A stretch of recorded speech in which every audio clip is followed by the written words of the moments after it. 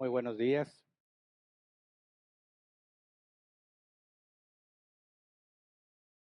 Me da gusto verles. A los que se fueron de vacaciones y agarraron puente, que les vaya bien. Que van a perder lo de hoy. Espero que se pongan al corriente más adelante. Viene un cambio de temperatura, se supone, ¿verdad? Ahora se supone que esta semana que viene vamos a experimentar temperaturas de un dígito. A sacar chaquetas y lavar todos los cobertores y todas las cosas. Pero qué bueno que ya se acabaron los calorones. A ver si se mantiene.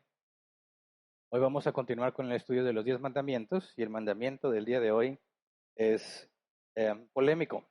Les aviso de antemano, vamos a entrar en temas polémicos para los cuales debemos estar preparados para responder.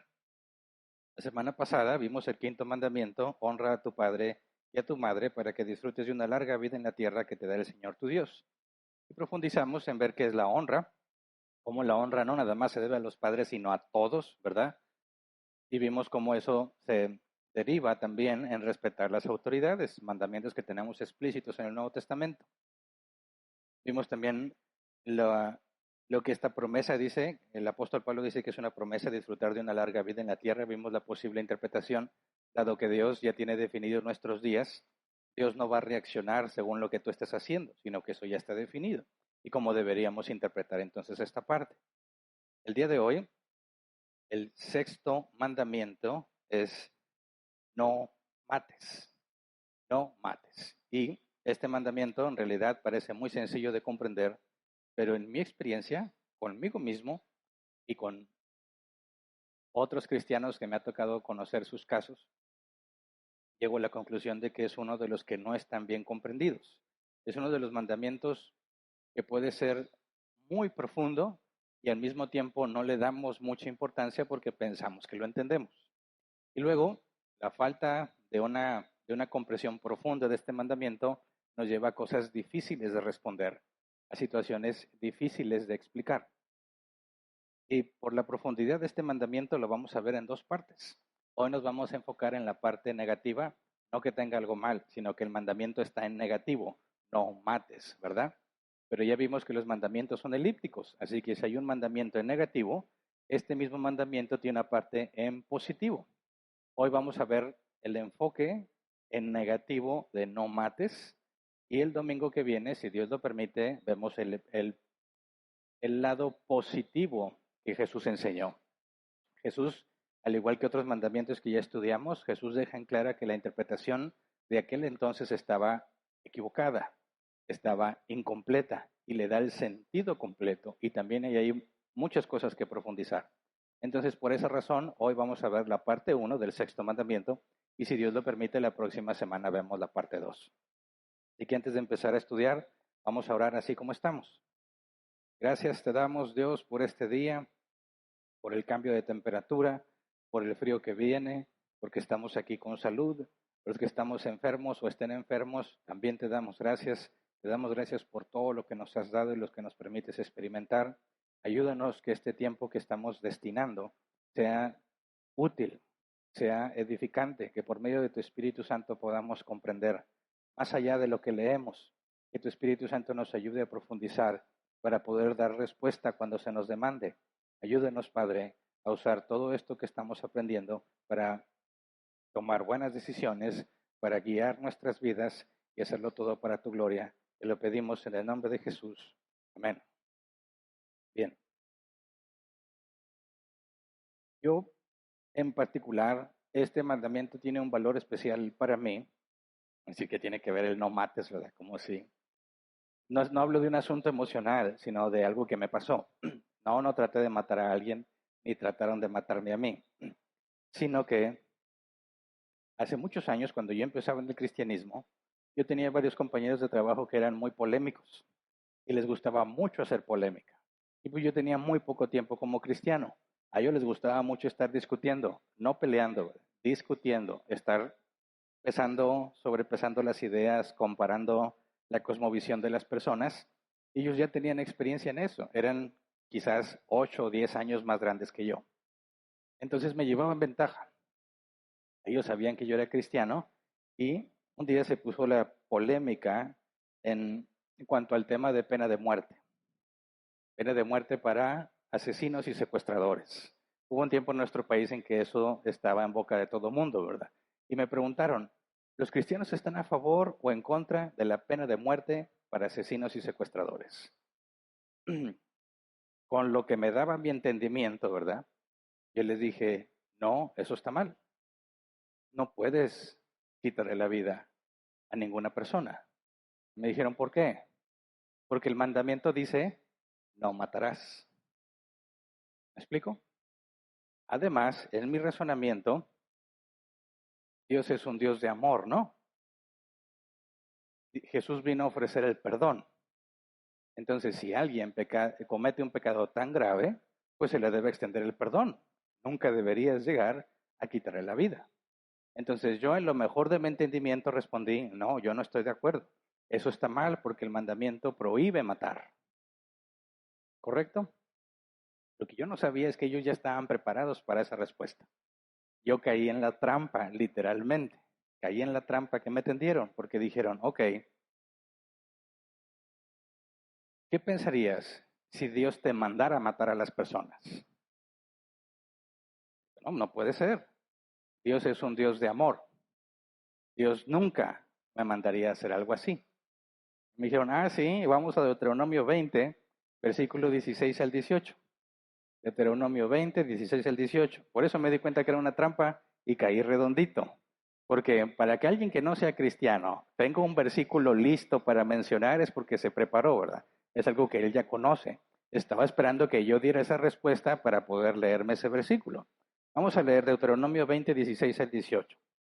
Sin embargo, en las ciudades de los pueblos que el Señor tu Dios te da como herencia, no dejarás nada con vida. Exterminarás de todo a hititas, amorreos, cananeos, fereceos, heveos y jebuseos, tal como el Señor tu Dios te lo ha mandado. De lo contrario, ellos te enseñarán a ti a hacer todas las cosas abominables que hacen para adorar a sus dioses y pecarás contra el Señor tu Dios.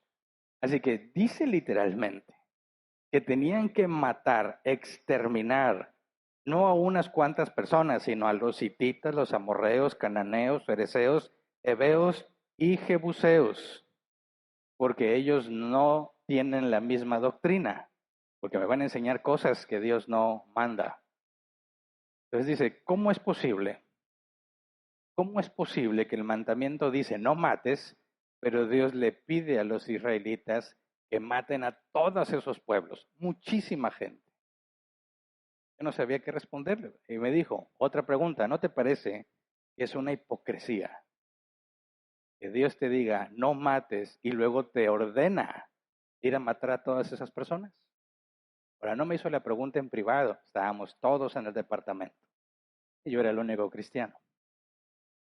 ¿Qué crees que se siente que te pongan en esa situación? Todo lo que mi conocimiento teológico me daba era decir Dios es un Dios de amor. Dios nunca me mandaría a matar a alguien. Si alguien cometió un pecado tan grave como asesinato o secuestro, deberemos ofrecer el perdón. Esa era la teología que yo tenía. Todo lo que yo conocía de Dios estaba en base a eso. ¿Por qué no se salvan las personas? Bueno, Dios quiere salvarlas, pero las personas no pueden salvarse. Es el diablo quien se roba las almas de esas personas.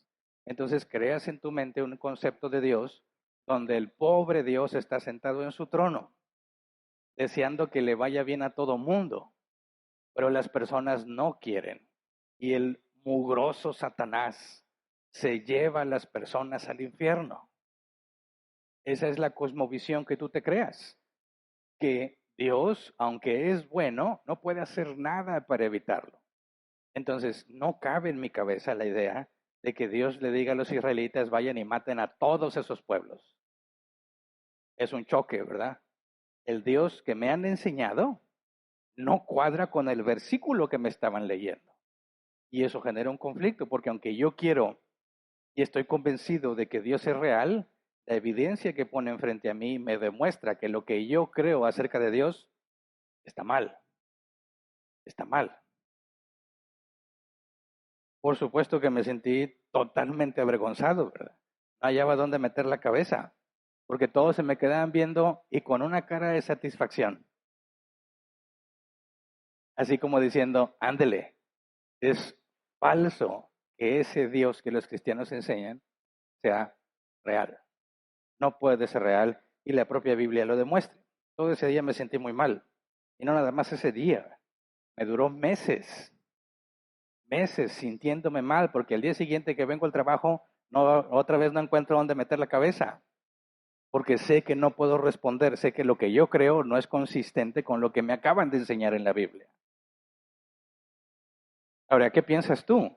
¿Los cristianos están a favor o deberían estar a favor o en contra de la pena de muerte para asesinos y secuestradores?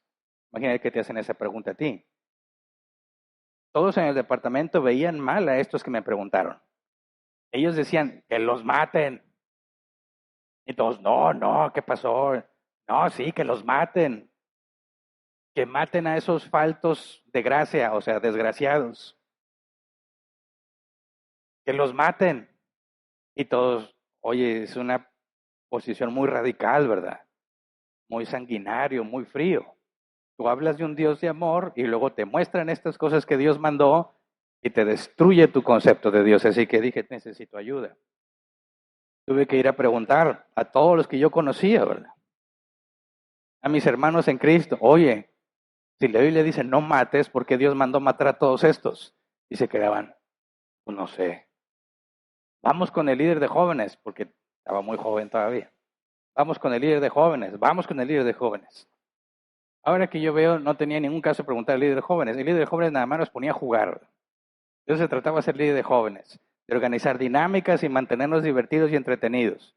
Entonces voy y le pregunto, oye, tengo esta situación, me hacen esta pregunta, ¿qué explico? No, pues no sé, vamos con el pastor, vamos con el pastor. Pastor, explíquenos, ¿cómo resolvemos esta situación? No tenía respuesta. Se enojó porque le preguntamos eso.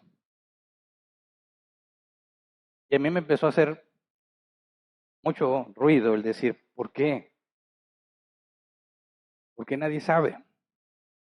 Entonces no me podían dar respuesta. Lo que me dijeron es, mira, hay muchas cosas que no vas a entender. Lo importante es que tú sigas creyendo en Dios. Y la verdad no fue suficiente para mí. Yo dije, pues sí, o sea, a fin de cuentas, lo importante es creer en Dios. Pero no puede ser que no podemos dar una respuesta, ¿verdad? Yo esperé que vinieran predicadores invitados, iba y les preguntaba. Algunas de las cosas que me dijeron es, mira, ¿quién eres tú para cuestionarme a mí? Yo oro mucho, yo leo mucho, yo tengo un ministerio, tengo muchos años de servicio. ¿Tú qué haces? Pues nada. Apenas iba empezando. Tú no eres nadie para cuestionarme a mí. Y me dejaban sin respuesta. Y sí, a lo mejor sí tenían muchos años y han leído mucho y han hecho muchas cosas, pero no podían responder mi pregunta. Entonces empecé a contemplar que algo estaba muy mal, ¿verdad? Porque yo me jactaba de ser ateo antes de ser cristiano. Siendo cristiano, yo tenía hasta en la mente, los intelectuales, los científicos, ellos no creen en Dios. ¿Por qué? Porque ellos usan su cabeza. Ellos no caen en la trampa de predicadores, de vendedores de humo, de milagreros, porque ellos piensan y razonan. Y cuando yo trato de pensar y razonar lo que me han enseñado, no hay respuesta. Tal vez llegué a pensar, tal vez es cierto cuando dicen que solo los borregos creen en Dios. Son cuentos de abuela, decían. Que no hay razonamiento que le puedas aplicar al cristianismo. Todo se basa en una fe ciega, aunque no tengas pruebas o evidencia. Y me costó mucho entender la reacción de las personas. Me acercaba a pastores invitados en campamentos de jóvenes y se veían muy amables y eso me daba ánimos a preguntarle, porque yo les veía risueños, juguetones y todo, se llevaban con los jóvenes. Muy padre, cuando ibas y le preguntabas eso, por más que me esforzaba de hacerlo de una manera amable, para que no se enojen, siempre les cambiaba el semblante y decía, ok, ¿me estás retando o qué? Me estás retando. Y yo nunca entendí por qué la agresión cuando le hacías una pregunta de este tipo. El asunto es que no tenían la respuesta. Y a nadie le agrada que lo exhiban como ignorante, ¿verdad? Si tú vas a predicar a algún lugar y tú eres el invitado especial y tú eres el que está enseñando y alguien te hace una pregunta que no puedes responder y te deja en evidencia, tienen una actitud a la defensiva. Este muchacho me quiere avergonzar. Este muchacho me quiere hacer quedar mal. Entonces te atacan. Y sé que no era el único que le pasaba eso, ¿verdad? En mi trabajo caí en la trampa. Ellos ya sabían, no era el primer cristiano que no podía responder, sino que esa era la norma. Ninguno de los que ellos sabían que era cristiano podía responder eso. Por eso este mandamiento lo tuve mucho tiempo en mi cabeza tratando de entender por qué Dios te pide que no hagas algo que Él sí hace. O porque Él te pide que no hagas algo que después Él mismo te manda hacer. Y se no cuadra, parece como si fuese una especie de capricho, ¿verdad? Entonces todos los cristianos, y créeme, no te deseo el mal, pero te deseo que pases por ahí, que te encuentres un problema que no puedes resolver, para que te des cuenta que lo que tú crees saber no está completo. No está completo, así que tienes que profundizar más. Y gracias a Dios que hay personas, incluso de otros tiempos, de siglos atrás, que han pasado por esa problemática y en lugar de decepcionarse del cristianismo y decir ya no quiero saber nada de la Biblia, se ponen a estudiar y a investigar para ver cómo se resuelven este tipo de cosas. Y curiosamente, hace un par de semanas me volvieron a hacer la misma pregunta y trataron de hacerme caer en la trampa. Pero pues ya me la sé. Oye, ellos cayeron en mi trampa. Se las pude regresar y dejar en claro delante de todos que la Biblia es coherente perfectamente y tiene perfecto sentido.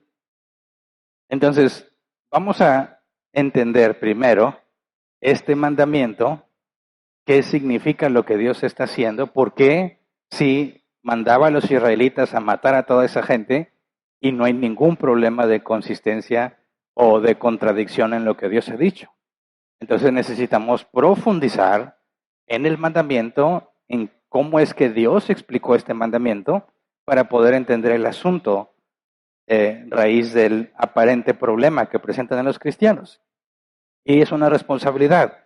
Si tú tienes muchos años como cristiano y te topas con este tipo de problemas y simplemente dices, ay, no importa, lo importante es que crea en Cristo, quiero dejarte muy en claro que hacer las cosas así es pecado, está mal.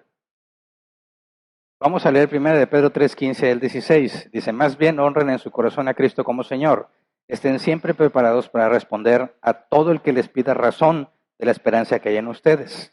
Pero háganlo con gentileza y respeto, manteniendo la conciencia limpia, para que los que hablan mal de la buena conducta de ustedes en Cristo se avergüencen de sus calumnias. Entonces, debes estar listo para responder. La duda no puede ni debería hacer que los cristianos se aparten del cristianismo. Al contrario, deberían hacer que profundices más para poder entender. Si tú no tienes la respuesta, eso no significa que nadie la tenga, ¿verdad? Y ahorita hay muchos recursos, muchísimos recursos que te ayudan a resolver estos aparentes problemas que tristemente muchos cristianos no pueden resolver o no les interesa resolverlo. Por eso, el preguntarte y el analizarlo te deja mucho beneficio. Así que, si Dios dijo no matarás, ¿por qué Dios mandó matar a pueblos enteros? En realidad la respuesta es muy simple. La respuesta es tan simple que me extraña que montones y montones de cristianos a los que les pregunté, nadie podía responderlo. Aquí hay un problema de traducción. Cuando dice no mates en Éxodo 20:13, la palabra hebrea es ratzak, asesinar. El mandamiento es no asesines. No asesines. Y es muy importante entender la diferencia entre matar y asesinar. No es lo mismo matar que asesinar. Y en nuestro vocabulario común y corriente lo aplicamos, aunque a veces no entendemos el significado. Por ejemplo, Ya ahorita no debe de haber muchos mosquitos, sin embargo, hace unas semanas yo vi que andaban camionetas del municipio soltando ahí ciertas sustancias para acabar con todo el mosquito porque andaba el dengue, ¿verdad? A algunos les dio el dengue. Bueno, imagínate que se para un mosquito y anda lo del dengue y tú, ándele, lo aplastas. ¿Dices que mataste un mosquito o asesinaste a un mosquito? ¿Qué dices? Ándele, lo asesiné. O dices, lo maté. Lo maté, ¿verdad? ¿Por qué no dices que asesinaste un mosquito? Suena extraño. Quizás no entendemos bien la diferencia entre una y otra, pero suena extraño. Cuando un trabajador pierde la vida en un accidente laboral, decimos que perdió la vida accidentalmente. No decimos que fue asesinado accidentalmente, ¿verdad? Cuando hablamos de matar, hay una diferencia muy importante en contraste con asesinar. Asesinar, Real Academia Española. Matar a alguien con alevosía, ensañamiento o por una recompensa. Y se especifica alguien, no un animal, ¿verdad? Porque si queremos echarnos una barbacoa y hay que matar a la vaca, ¿la asesinas? No, no asesinas a la vaca, matas a la vaca. Sí le estás quitando la vida. Tanto asesinar como matar implica que le estás quitando la vida. Pero no implica lo mismo en el cómo o por qué o con qué motivos y razones hiciste eso. Matar, Real Academia Española, quitar la vida a un ser vivo, perder la vida involuntariamente. Ser vivo, ahí se aplica cualquier cosa viva, incluyendo las plantas que están vivas. Entonces, el mandamiento no habla específicamente de quitar la vida, sino de asesinar. Según la Real Academia Española, quitarle la vida a alguien, matar a alguien con alevosía, ensañamiento o por una recompensa. Entonces, en hebreo hay 4 palabras principales en la Biblia que tienen que ver con quitarle la vida a alguien. La primera es esta, ratzak, que se traduce única y exclusivamente como asesinar. No se usa para ningún otro concepto. Ratzak es asesinar. Tienes la palabra haraj, matar o asesinar. Tienes la palabra mud, hacer morir o morirse. Y tienes la palabra shafak, derramar líquido. La Biblia habla de derramar sangre. Ahora, cuando se habla de que alguien derramó sangre, hace referencia a un asesinato. Cuando se usa la palabra ratzak, hace referencia a un asesinato. Las otras 2 palabras hacen referencia a quitarle la vida a alguien o a algo. Entonces, el mandamiento específicamente es no asesines. No asesines. Ahora, vamos a ejemplos. Génesis 9:6.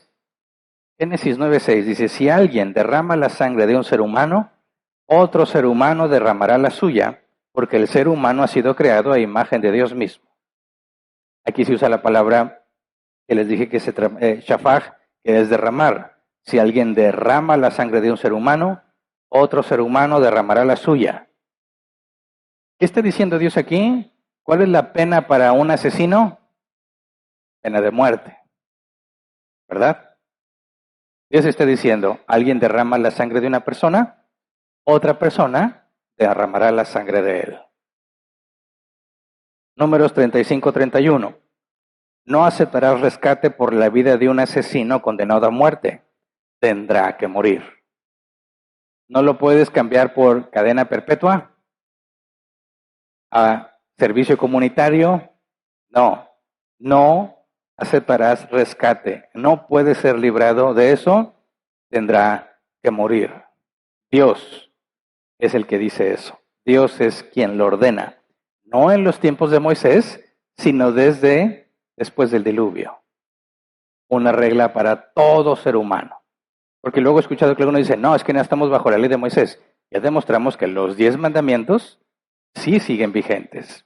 Y este mandamiento en particular está desde antes, desde que salieron del arca. Es Dios quien ordena que debes de quitarle la vida a aquel que derrama la sangre de otra persona. Quitarle la vida a una persona no te convierte en un asesino. A ver, ¿alguien conoce sobre Batman? Batman siempre ha dicho que él quiere acabar con todos los delincuentes. Y que cuando acabe con el último de los delincuentes, quedará uno solo. ¿Sí sabías? ¿Quién es ese único que quedaría? Él.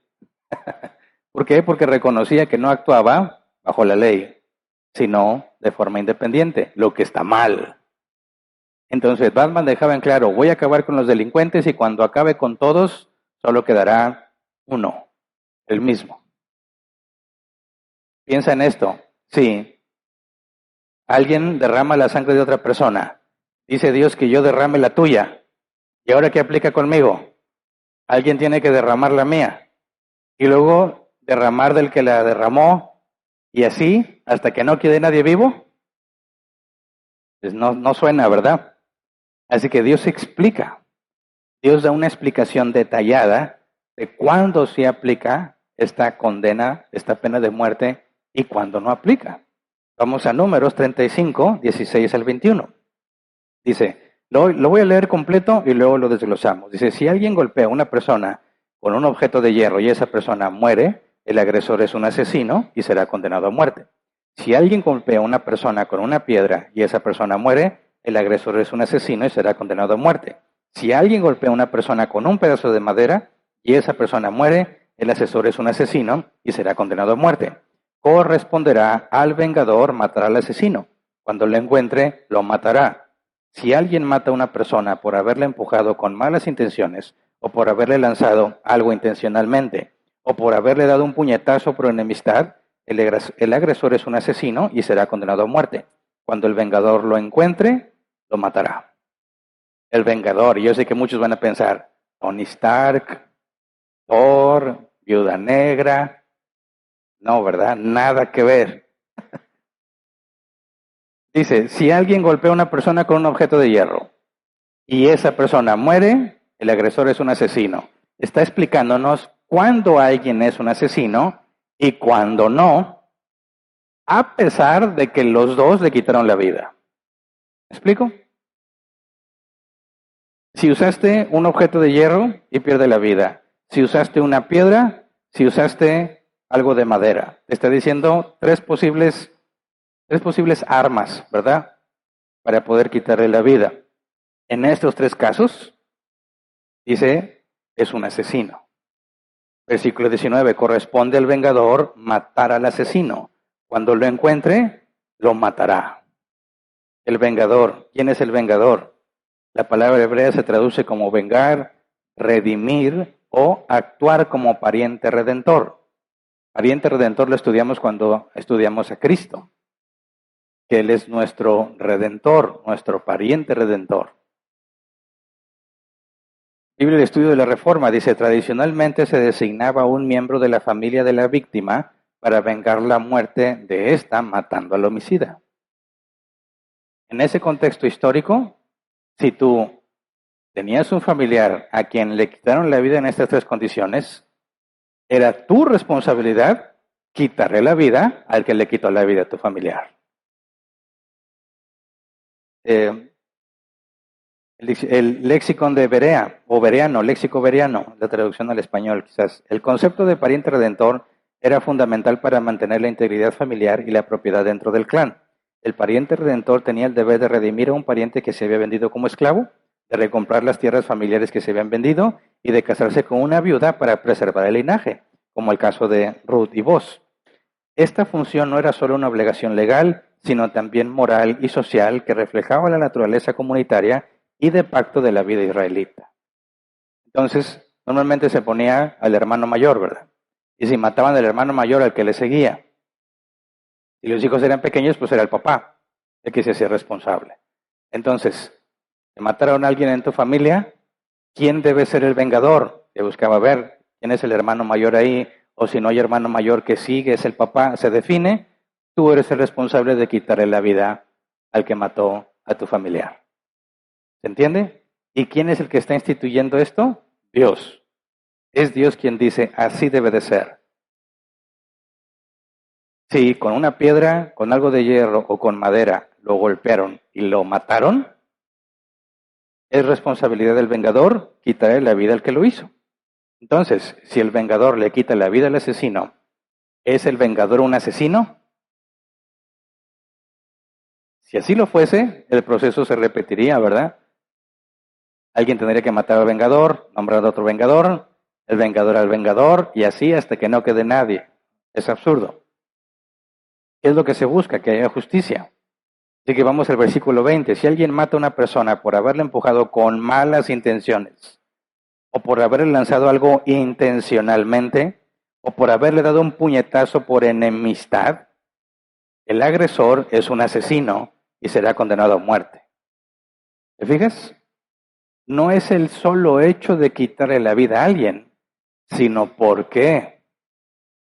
¿Por qué? ¿Tenías malas intenciones? ¿Lo agrediste intencionalmente? O sea, ¿tu objetivo era ese? ¿Era tu enemigo? ¿Por eso le quitaste la vida? Entonces eres un asesino. ¿Se entiende? Ahora sigamos leyendo. Vamos a Números 35, 22 al 25. Los versículos que siguen. Dice, pero podría ocurrir que alguien sin querer empuje a una persona, o que sin mala intención le lance algún objeto, o que sin darse cuenta le deje caer una piedra y que esta persona muera. Como en este caso ellos no eran enemigos, ni hubo intención de hacer daño, será la comunidad la que, de acuerdo con estas leyes, deberá arbitrar entre el acusado y el vengador. La comunidad deberá proteger del vengador al acusado, dejando que el acusado regrese a la ciudad de refugio donde huyó y que se quede allí hasta la muerte del sumo sacerdote que fue ungido con el aceite sagrado. Entonces aquí te pone, ok, si una persona con alguna piedra, algo de hierro o madera, le quitó la vida a otra persona, pero sin querer, sin mala intención, sin ser enemigos, sin darse cuenta. Ah, ok, le quitó la vida, pero no tuvo la mala intención, ir en enemigo, sino al contrario, sería como accidental, entonces no es un asesino. Y el vengador va a querer matarlo, ¿verdad? Y dice, deben de proteger al acusado para que el vengador no lo mate. ¿Por qué? Si le quitó la vida como quiera, ¿no? Pero fue un accidente, fue sin querer. Entonces no es un asesino. En los dos casos mataron, ¿verdad? Pero no son asesinos en los dos casos. Entonces, si no hubo mala intención, no es un asesinato. Por lo tanto, no debe pagar con su muerte. Debe ser protegido del vengador, que se entendería que va a querer matarlo porque le mataron a un familiar. La comunidad deberá proteger del vengador al acusado. Todos deben asegurarse que el vengador no le quite la vida al que mató accidentalmente a su familiar. Sigamos leyendo. Ahora vamos a Éxodo 22, versículo 2 al 3. Si a alguien se le sorprende robando y se le mata, su muerte no se considerará homicidio. Si se mata al ladrón a plena luz del día, su muerte se considerará homicidio. El ladrón está obligado a restituir lo robado. Si no tiene con qué hacerlo, será vendido para restituir lo robado. Entonces, este versículo tiene que ver con el caso hipotético que cuando alguien trata de acusar de que Dios es un hipócrita al decir que no mates, pero al mismo tiempo manda matar, yo les regreso a la pregunta y les digo, ok, supongamos que tú estás en tu casa durmiendo plácidamente, tienes esposa y 2 hijas, y alguien entra a tu casa. Y no nada más quiere robarse las cosas, sino que quiere abusar de tu esposa y de tus hijas. Y está armado. Y tú tienes que defender a tu esposa y a tus hijas. ¿Qué harías? Oh, pues bueno, yo pensaría cómo defenderlas. Algunos dicen, yo tendría un bat de béisbol, yo tendría un cuchillo de la cocina, pero está hasta la cocina. Yo lo pondría en mi cama, el cuchillo, todas las noches, para estar listo y defender. Ok, ¿qué pasa si el que entra a tu casa, este maleante, está decidido a hacerlo? Y la única forma de impedirlo es matándolo. ¿Lo matabas? Y se quedan pensando. Y se siente tan bonito que te querían poner la trampa de ponerte a pensar, se la regresas la pregunta y ahora son ellos los que tienen que pensar, dices que bien, ese ejercicio de ponerse a pensar es muy útil porque te hace cuestionar lo que tú crees y lo que entiendes del mundo que te rodea. Y se quedan pensando y dicen, no, yo no lo mataba. Entonces presenciarías la violación de tu esposa y tus hijas. No, no, no. Entonces buscaba otra alternativa. No, no hay otra alternativa. Este individuo está decidido a hacerlo aunque le cueste la vida. La única forma de impedirlo es que tú le quites la vida a él. ¿Lo harías? Y algunos dicen, no, esto está muy complejo, muy difícil. Hay que pensarlo y se acaba el asunto. ¿Qué responderías tú? ¿Qué es lo que dice este versículo? Si a alguien se le sorprende robando y se le mata, su muerte no se considerará homicidio. Y luego dice, si se mata al ladrón a plena luz del día, su muerte se considerará homicidio. Si tú lees la palabra en el original, no existe homicidio, será culpable. Si a alguien se le sorprende robando y se le mata, su muerte no será responsable de su muerte quien lo hizo. Si lo hizo a plena luz del día, sí va a ser responsable de su muerte, sí va a tener la culpa. ¿Por qué? Bueno, porque si nos trasladamos a aquellos tiempos, en la noche, si tú te vas a un lugar despoblado, pues no hay suficiente luz, ¿verdad? Tú prendes una lamparita de algún aceite y como quiera no te sirve de mucho. Por eso la gente en el rancho se acuesta temprano, ¿verdad? Dicen las gallinas también. Está oscureciendo y la gallina se duerme. ¿Qué más va a hacer? No se ve nada. Pero nosotros que tenemos electricidad, ni cuenta nos damos, ¿verdad?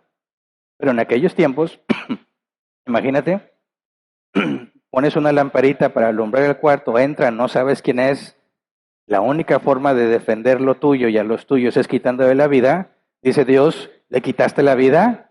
Ok, en defensa propia no es asesinato, no eres un asesino, no tienes por qué pagar por tu vida, pero si lo haces de día sí, ¿por qué? Porque de día sé quién es, de día puedo pedir ayuda, de día puedo evitar llegar al punto extremo de quitarle la vida al individuo, ¿verdad? Por eso en mi ejemplo hipotético, no importa si es de día o de noche, te digo, este individuo está decidido a hacer lo que se propone aunque le cueste su vida. Y la única forma de impedirlo es que tú le quites la vida a él, ¿qué harías? Si a los que no tienen de Dios entran en un conflicto, ¿qué pasaría si le preguntas a un cristiano que lo único que sabe de Dios es que Dios es un Dios de amor? No va a saber responder. Porque yo sé que dentro de sí va a decir, no puedo dejar que eso pase con mi esposa y mis hijas. Y al mismo tiempo dice, pero Dios dice, no mates. Entonces es un problema muy complejo de resolver si no entiendes que además de que Dios es un Dios de amor, también es un Dios justo. Es un Dios justo. Y en la doctrina de la mayordomía, todo lo que Dios ha puesto en tus manos es tu responsabilidad. Y tú le vas a dar cuentas a Dios de eso. Así que muchos cristianos, cuando hablan de estos temas, de la pena de muerte y todo, se van a una parte emocional, piensan en Jesús como a quien nos da perdón y restauración y se olvidan por completo del tema de la justicia. Entonces, se asume que el ladrón va a tratar de robar de noche, donde nadie lo ve, porque si ya lo viste, ya no le sirve de mucho robar porque lo vas a ubicar. De hecho, un tip que yo he visto que las autoridades dan a las mujeres cuando se sienten acosadas por algún hombre o que los va siguiendo, un tip que ellos dan como último recurso, ¿verdad? Porque la mujer está sola, es voltear a ver al individuo que la sigue, verlo la cara y decirle qué horas son. Y dices, ¿y eso qué le va a ayudar? Le va a decir, a las 9, el cuchillazo, ¿verdad? No, sino que el que pretende cometer el delito necesita que nadie lo conozca, ¿verdad? Y cuando la mujer pregunta y lo ve a los ojos, le pregunta a la hora, ya quedó exhibido. Puede ser reconocido. Así que es probable que decida no hacerlo porque ya lo pueden ubicar. ¿Se entiende? Entonces, dice el comentario de Licos, la mayoría de los códigos concuerdan con este código mosaico al permitir que los habitantes de la casa se resistan a tal intento si se hace por la noche y derramen la sangre del ladrón si es necesario. Defensa propia, legítima, ¿verdad? puede considerarse que el ladrón ya no le importa el pacto social, no le importa vivir bajo sociedad y se ha convertido en un ciudadano enemigo público. Se puede sospechar de una intención asesina de su parte. Entonces, tú puedes defender a los tuyos quitándole la vida al agresor si es el único recurso, si realmente la única forma de defender a los tuyos. Y bíblicamente dice, no es asesinato. Estás defendiendo a los tuyos, ¿verdad? También dice el comentario de Helicos, durante el día no hay que temer la violencia. En aquellos tiempos, ¿verdad? Dice, el ladrón de casa busca evitar ser observado y desiste si se le descubre. Además, la asistencia se puede obtener fácilmente y por lo tanto no es necesario recurrir a medidas extremas. Entonces, quitar la vida de una persona no te convierte automáticamente en asesino, ¿verdad? Se tiene que examinar las circunstancias y las razones de por qué le quitaste la vida a una persona. Pero vamos a Éxodo 21, 12 al 17. El que hiera a otro y lo mate será condenado a muerte. Si la muerte no fue intencional, pues Dios permitió que sucediera, el asesino podrá huir al lugar que yo designaré. Si el asesinato es premeditado, el asesino será condenado a muerte aun cuando busque refugio en mi altar. El que mate a su padre o a su madre será condenado a muerte. El que secuestre a otro y lo venda, o al ser descubierto lo tenga uno en su poder, será condenado a muerte. El que maldiga a su padre o a su madre será condenado a muerte. Ok, entonces aquí es clarísimo. Si la muerte no fue intencional, no califica de asesinato. Y Dios estipuló ciertas ciudades llamadas ciudades de refugio, donde el que accidentalmente le quitó la vida a otra persona podía irse a vivir ahí para que el vengador no lo matara. Porque aunque tú le digas, oye, fue accidente, el vengador va a tener todo el coraje, todo el deseo de vengarse, porque Dios le puso a él la responsabilidad de hacer justicia. Entonces se tenía que asegurar que se examinaran las circunstancias y que toda la congregación, o sea, toda la gente participara en proteger al acusado y que se haga justicia. El que secuestre a otro y lo venda, o el ser descubierto y lo tenga uno en su poder, será condenado a muerte. El que maldiga a su padre o a su madre será condenado a muerte. Dios está hablando acá de otras razones por las cuales una persona debería perder la vida.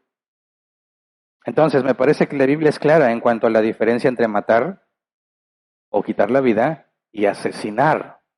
Y el mandamiento no es no mates. El mandamiento es no asesines.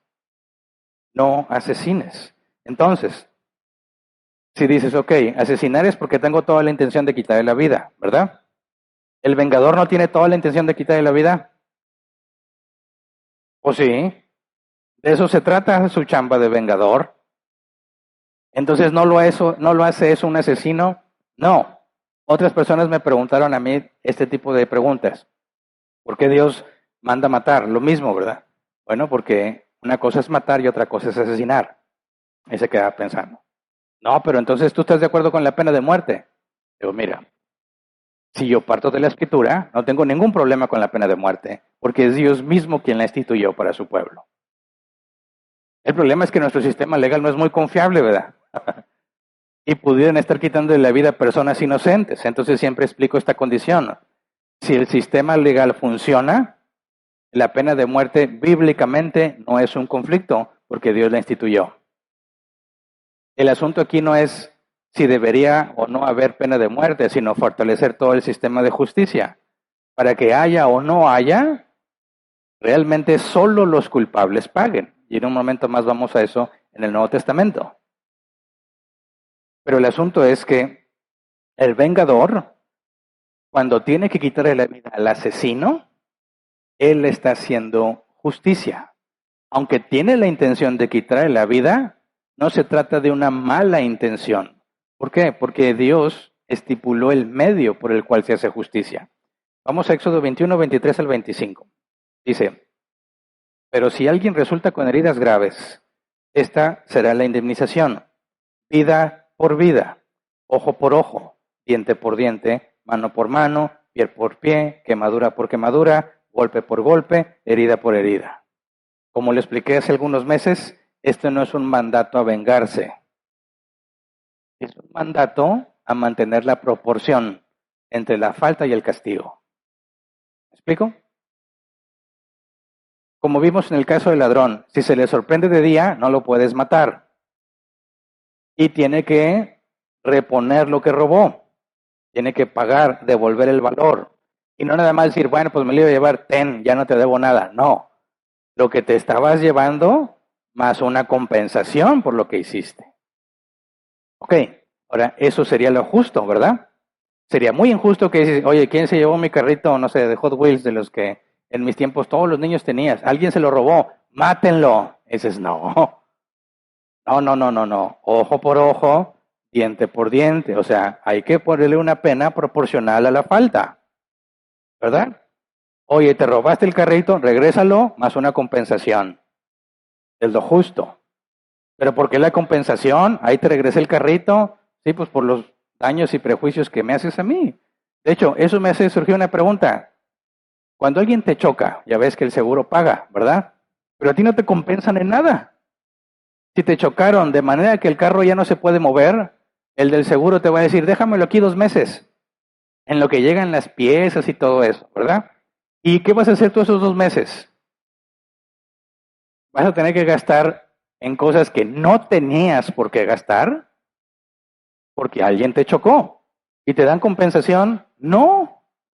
Y a mí me parece asombroso que si me quites el carro y ahora me tengo que mover en Uber y en otros medios, no hay ningún apoyo para todos esos movimientos. Bueno, pero Dios dijo, sí, si tú hiciste ese daño, además de que lo reparas, compensas por el daño que hiciste. Ahora, si alguien le quita la vida a otra persona, lo asesina, ¿cómo compensa el daño? ¿Lo puede revivir? No. ¿Cuánto cuesta la vida de una persona? ¿Cuál es la única forma de restituir el daño? Vida por vida. ¿Verdad? Cuando tú quitas el atributo de justicia y dices, ¿por qué no lo perdonas al pobrecito asesino? ¿Cómo que perdonarlo? Sí, ¿por qué no lo perdonas? ¿Por qué mejor no trabajas en él para restaurarlo y que se reintegre a la sociedad? ¿Qué opinas? Dicen algunos, ya no estamos bajo la ley de Moisés. No, pero este mandamiento, ¿desde cuándo es? Desde Noé y sus hijos saliendo del arca después del diluvio. Por eso digo que es polémico, porque conozco muchos cristianos que están en contra de la pena de muerte. Y con los que me ha tocado hablar e indago en su doctrina, ellos enseñan a un Dios de amor. Y omiten por completo el parámetro de la justicia. Pero si hablamos de hacer justicia y te secuestran a un familiar, ¿cuál es la pena según Dios? Muerte. Aunque el familiar no se haya muerto, pero lo secuestró. Muerte. Maldijeron a sus padres. Muerte. No lo digo yo. Fue Dios quien lo instituyó. El mismo Dios de amor. Pero ¿cómo puede ser amoroso un Dios que dice, mátenlo? Porque Dios es justo.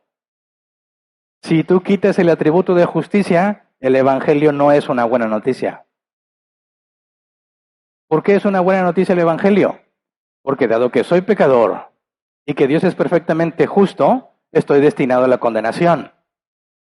Pero si te arrepientes de tus pecados, Dios te da la vida eterna. La buena noticia del Evangelio no tiene sentido alguno si tú quitas la justicia de Dios, porque no condenaría a nadie. Entonces, cuando Dios dice, el pago justo por quitarle la vida a una persona injustamente, es que esa persona pague su vida. Tiene que ver con que la vida humana es sumamente valiosa, pero no es invaluable. ¿Se entiende? La vida humana es sumamente valiosa y es lo que vamos a ver la próxima semana, porque en el mandamiento elíptico, el no mates implica que la vida humana es valiosa. Pero no lo vamos a ver hoy por cuestión de tiempo. El punto es, si Dios ha dicho, este es el castigo justo para alguien que asesinó a otra persona, ok, también Dios ha definido el medio por el cual se va a llevar a cabo esa justicia. Y en aquel tiempo, el medio elegido por Dios era el vengador, un familiar. Así que si el familiar tiene que ir y quitarle la vida como un acto de justicia al asesino, él no es un asesino, porque no lo hace por odio, aunque le dé mucho coraje, ¿verdad? No lo hace por enemistad, aunque no lo va a considerar su amigo. Está ejecutando la justicia que Dios ordena. ¿Se entiende? Vamos a Romanos 13, 1 al 4. Dice, todos deben someterse a las autoridades públicas, pues no hay autoridad que Dios no haya dispuesto. Así que las que existen fueron establecidas por Él. Pausa. ¿Quién puso a la presidente Claudia Sheinbaum? ¿Los morenistas? ¿O en última instancia fue Dios? Dios. Ok. Que todos tengamos eso claro, ¿verdad? Fue Dios. 2. Por lo tanto, todo el que se opone a la autoridad se rebela contra lo que Dios ha instituido. Los que así proceden recibirán castigo, porque los gobernantes no están para infundir terror a los que hacen lo bueno, sino a los que hacen lo malo. ¿Quieres librarte del miedo a la autoridad? Haz lo bueno y tendrás su aprobación, pues está al servicio de Dios para tu bien. Pausa. Se presupone que está al servicio de Dios. No nos va a pedir nada contrario a lo que Dios ha establecido. Pero si pide algo contrario nuestra presidente, algo contrario a lo que Dios ha establecido, bíblicamente nuestra responsabilidad es rebelarnos. ¿Verdad? Así que se presupone que la autoridad que está al servicio de Dios está haciendo las cosas conforme a justicia bíblica corresponde. Y luego dice el versículo 4, pero si haces lo malo, entonces debes tener miedo, no en vano lleva la espada, pues está al servicio de Dios para impartir justicia y castigar al malhechor. La espada. La espada no era para dar enalgadas a la gente, ¿verdad? Era para matarlos. Y Dios dice, la autoridad porta la espada para castigar al malhechor. Así que si por medio de un juicio y autoridades legítimas se determina, analizando la evidencia, que efectivamente es un asesinato, no habría ningún problema bíblico en que se le quite la vida a esa persona. ¿Y quién lo instituyó? Dios mismo. ¿Por qué? Porque es lo justo. Las personas se dividen en dos grupos, los que piensan que la vida es invaluable y los que piensan que la vida es valiosa. Los que piensan que la vida es invaluable dicen, bajo ninguna circunstancia le puedes quitar la vida a alguien. Los que consideran que la vida humana es valiosa, dicen, aunque es muy valiosa, si tú quitas una vida, el único acto de justicia es que tú pagues algo del mismo valor, tu vida. ¿Qué fue lo que Jesús hizo por nosotros? Vino a morir por nosotros.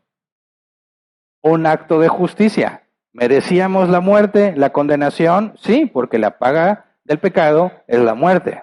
Sin embargo, Dios viene y muere en nuestro lugar. Ahí sigue estando la justicia. El sacrificio de Cristo por nosotros no tiene sentido si eliminas el atributo de justicia de Dios. Así que lo justo, bíblicamente hablando, es que no puedes quitarle la vida a una persona injustamente. Debes pagar con la tuya. Y de eso se trata el mandamiento. ¿Se entiende entonces el mandamiento? No asesines. Porque también dicen, pero Dios envió a David a la guerra y mataron a muchísimos filisteos. Sí, los mataron, pero no los asesinaron.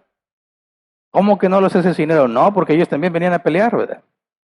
Y los israelitas no estaban buscando hacerle mal a los filisteos. Al revés, los israelitas tenían que ir a defender a su pueblo, a su familia, a sus posesiones. Y si matándolos era la única forma de que dejaran de tratar de invadir, entonces no es un asesinato. Entonces vuelvo al ejemplo que esa semana les había comentado. Si México entrara en guerra, nos invadieron, no sé, quien tú quieras, convocan a todos los hombres a ir a pelear. ¿Sabes que si vas a la guerra, a qué vas? ¿A negociar? a buscar una solución diplomática y pacífica. No. ¿A qué te mandan? A defender a tu país, aun si eso implica quitarle la vida a los agresores. ¿Lo harías? Bíblicamente, ¿tenemos fundamento para responder? Claro. Pero la vida es muy valiosa, pero no invaluable. ¿Se entiende? Ahora, veamos el caso de la matanza de otros pueblos, la trampa en la que yo caí. Deuteronomio 20, 16 al 18 dice, sin embargo, en las ciudades de los pueblos que el Señor tu Dios te da como herencia, no dejarás nada con vida. Exterminarás del todo a hititas, amorreos, cananeos, fereceos, heveos y jebuseos, tal como el Señor tu Dios te lo ha mandado. De lo contrario, ellos te enseñarán a hacer todas las cosas abominables que hacen para adorar a sus dioses y pecarás contra el Señor tu Dios. Ok, llevar a cabo esta instrucción, ¿es asesinato?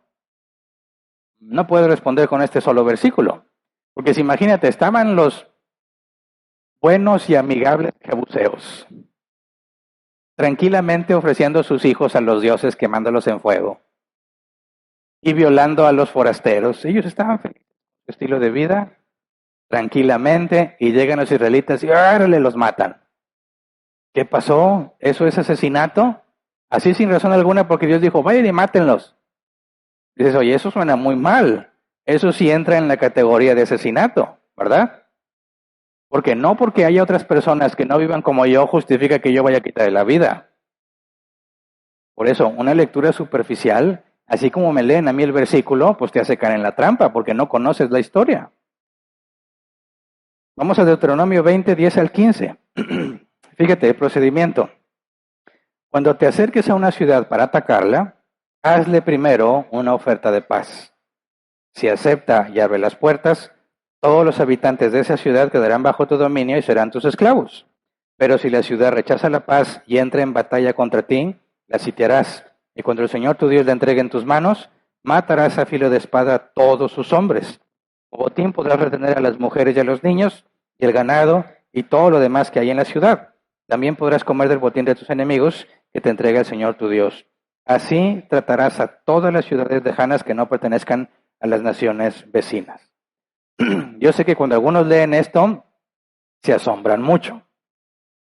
¿Qué es lo que está diciendo Dios? Te puedes quedar con las mujeres y los niños como esclavos. ¿Qué? ¿Qué? Si no quisieron la paz, mátalos a todos. ¿Dónde está el Dios de amor? ¿Qué Dios de amor te dice? Mátalos, pero quédate con las mujeres y los niños para que sean tus esclavos toda su vida. Eso se oye muy feo, muy feo. Y así sin contexto, da miedo la verdad. ¿Cómo? O sea que si yo ahorita, yo dijera, Dios me dijo que invada Guadalupe, y que vaya y les diga, primero les ofrezco paz a todos. Ah, ¿no quieres paz?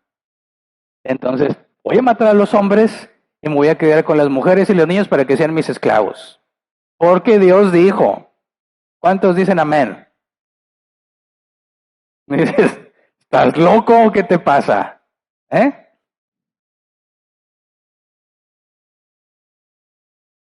¿Cómo respondemos a estos pasajes? Los que estudiamos Éxodo y empezamos a ver las guerras, nos metimos a profundidad a resolverlo. Contexto. Dios le especificó a Abraham que les iba a entregar toda esa tierra hasta que la maldad de todos esos jebuseos, heveos y todos los que terminan en eos llegara al colmo. Sodoma y Gomorra, ¿qué pasó con los dos ángeles en apariencia humana cuando llegaron de visitantes? ¿Qué hicieron los visitantes? ¿Qué hicieron los nativos de Sodoma y Gomorra? Bueno, ¿qué pretendían hacer, más bien dicho? No lo hicieron. ¿Qué pretendían hacer con los dos hombres que habían llegado de visita? Violarlos. ¿Por qué? Porque queremos. Si tú lees con detalle lo que hacían con sus hijos, todas esas naciones que hacían, los ofrecían a su deidad, que era una estatua de metal, sobre fuego, al rojo vivo, ahí ponían a sus bebés para que se calcinaran y murieran, como un tributo. Las mujeres eran maltratadas por norma, abusadas físicamente, sexualmente. Tú lo puedes ver que los israelitas llegaron a esa situación en el libro de Jueces. Cuando trataron de hacer, los israelitas llegaron a comportarse igual que Sodoma y Gomorra. Venía un señor y su concubina, llegaron de visita, iban a quedarse a dormir en una plaza. Uno de los lugareños le dice, no te quedes aquí, es muy peligroso, vénganse a mi casa.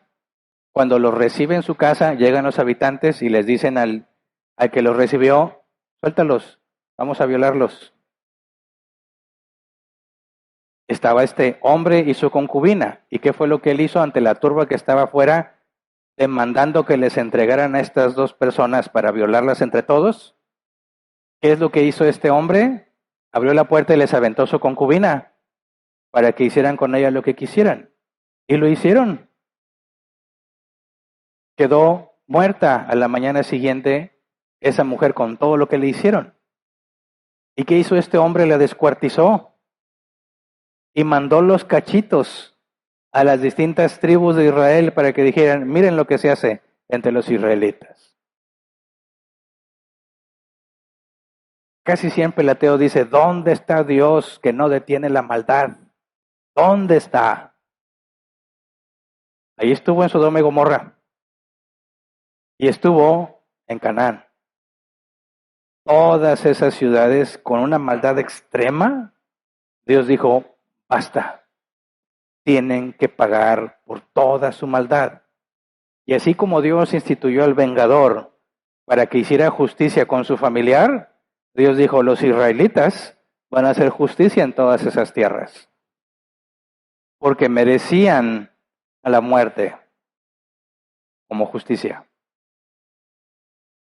Entonces, cuando dice, cuando llegues, leo de nuevo el versículo 10, cuando te acerques a una ciudad para atacarla, hazle primero una oferta de paz, es misericordia. Todos esos merecían morir. Tú vas a llegar primero, te ofrezco paz, no tienes por qué morir. Pero si quieres venir a pelear, el mandato es matar a todos, pero extiende misericordia a mujeres y niños. ¿Por qué mujeres y niños? Porque las decisiones no las tomaban ellas. Ellos eran la clase más baja. Las decisiones eran tomadas por los hombres. Las mujeres y los niños eran víctimas. Dice, a las mujeres y a los niños déjelos como tus esclavos. ¿Cómo que como esclavos? Recuerden, lo hemos dicho muchas veces. La esclavitud tiene todo un esquema de normas y reglas bíblicos. Fuera había mucha esclavitud totalmente incorrecta. Ya vimos, si alguien secuestra a una persona y la vende, pena de muerte, de manera que un esclavo nunca era involuntariamente esclavo. Porque si fue vendido como esclavo en contra de su voluntad, nadie lo podría comprar y tendrían que matar al que lo secuestró y lo vendió. El esclavo era esclavo por voluntad propia y se le daba casa, techo, comida y sustento, protección, para que viviera en paz.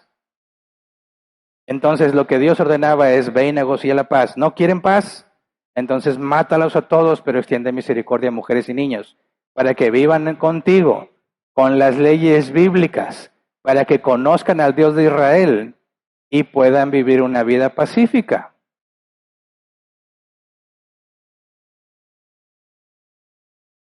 ¿Se entiende? El contexto cambia todo. Entonces no hay ningún conflicto cuando Dios ordena no asesines,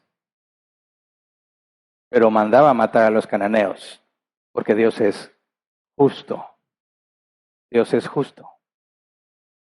Y Él se reserva el derecho de cuándo va a hacer justicia. A algunos les aplica justicia aquí. A otros, quizás aquí queden impunes, pero viene el juicio, donde toda persona será juzgada según sus obras. Y ahí se hace justicia. Nadie quedará impune ante el tribunal del gran trono blanco. ¿Y a nosotros que nos perdonó, quedamos impunes? No, porque Cristo sufrió lo que nos correspondía a nosotros. El pago se realizó. El punto es que no lo hice yo. Jesús pagó. pero nadie se queda sin pagar. O pagas tú mismo o alguien paga por ti. Esa es la buena noticia del Evangelio. Si tú eliminas la justicia, ya no tiene sentido el Evangelio. Tendrías que decir algo como el Papa Francisco: a fin de cuentas todos se van a salvar, incluyendo los ateos. Porque Dios es bueno, pero también es justo y no tomará por inocente al culpable. La paga correspondiente, la justa paga se tiene que realizar. ¿La haces tú o la hace Jesús por ti? En eso consiste la decisión de seguir a Cristo. ¿Quién paga? ¿Tú o Cristo? Entonces, el expulsar a los pueblos de esas tierras fue un acto de justicia divina, ejecutada por un medio legítimo, los israelitas. Como cuando el vengador quitaba la vida al asesino, era un acto de justicia ejecutada por una autoridad lícita, el vengador. Si en nuestros tiempos se implementa la pena de muerte por medio de las autoridades, sigue siendo justicia divina por un medio válido, instituido por Dios. ¿Se entiende? Los cristianos no tenemos conflicto con la pena de muerte en términos bíblicos. Lo que nos hace dudar es nuestro sistema de justicia, que no es muy confiable, que digamos, ¿verdad? Entonces yo entiendo que haya cristianos que digan, no, mejor no, porque nuestro sistema de justicia es muy deficiente. Entiendo ese argumento, pero ningún cristiano podría decir, no, mi Dios es un Dios de amor y nunca le quitaría la vida a una persona, porque entonces hay que echar toda la Biblia a la basura. Hay que echar el Evangelio a la basura. El término de justicia es algo indispensable para anunciar las buenas nuevas. Por eso ya tienes toda la información suficiente para que no caigas en la trampa en la que yo caí. Y que puedes demostrar que la Biblia es clarísima con respecto a esos temas. El problema es nuestra ignorancia. Pero la buena noticia es que no somos los primeros cristianos que están empezando esto, ¿verdad? Hay siglos atrás de personas a quienes Dios ha usado para que piensen, razonen y escriban. Esta es la forma de explicarlo. Esta es la forma de resolverlo. Esta es la explicación bíblica. No estamos solos en esa tarea. La duda es útil. Algunos los destruye, que no están bien cimentados en Cristo. Pero la duda es necesaria para avanzar. Por eso siempre, nunca lo hacemos en línea, pero siempre, cuando damos la bienvenida a los que nos visitan por primera vez, yo siempre digo, si tienes preguntas, hazlas. Aquí no nos enojamos. No nos molestan las preguntas. Al contrario. ¿Por qué lo digo? Porque yo siempre que preguntaba, se enojaban y salían regañados y no podía avanzar. Pero cuando tienes una duda y te ayudan a resolverla, avanzas mucho más rápido. Sufres mucho menos. Empiezas a crecer en la estatura de Cristo cuando entiendes de qué se trata lo que la Biblia dice. Y esta idea de que los científicos, ellos sí piensan y por eso no son cristianos, es absurda. Porque si la Biblia no es verdad, no tiene ningún fundamento la ciencia. Si todo viene del caos y del azar, tú no puedes esperar leyes ni repeticiones con los mismos resultados que la ciencia necesita en su método científico. Los cristianos somos racionales, razonables, y de hecho ese es el mandato, la razón de la esperanza que hay en ti. ¿Por qué crees en un Dios que te dice no mates, pero manda matar? El problema lo tienes tú, que no sabes leer la Biblia. Déjame te explico. Y le pone la situación ahora en sus manos y que él se ponga a pensar, misión cumplida. Yo ya pensé, yo ya pasé por ahí, él no, ahora le toca a él pensar y llegar a una conclusión, a una decisión. Eso no significa que va a decidir bien, ¿verdad? Se va a seguir endurecido si Dios así lo quiere, pero muy probablemente el confrontarse a esa duda va a hacer que vea el cristianismo de forma distinta. Porque de hecho nuestro sistema legal y todo sistema legal civilizado se basa en la Biblia. Entonces, mis hermanos, se entienda. Si tienes que defender a los tuyos y el único recurso es quitarle la vida al agresor, no es asesinato. ¿Has escuchado a Paul Washer cuando él dice que no va a permitir que toquen a uno de sus hijos? y que tiene arcos y escopetas y todo. ¿Por qué? Porque de eso se trata. Eres el protector de tu familia.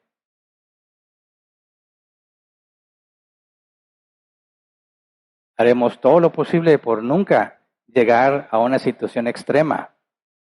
Pero un cristiano debe estar preparado para esas situaciones extremas. Y debe tener en orden esos conceptos para poder reaccionar como corresponde, ¿verdad?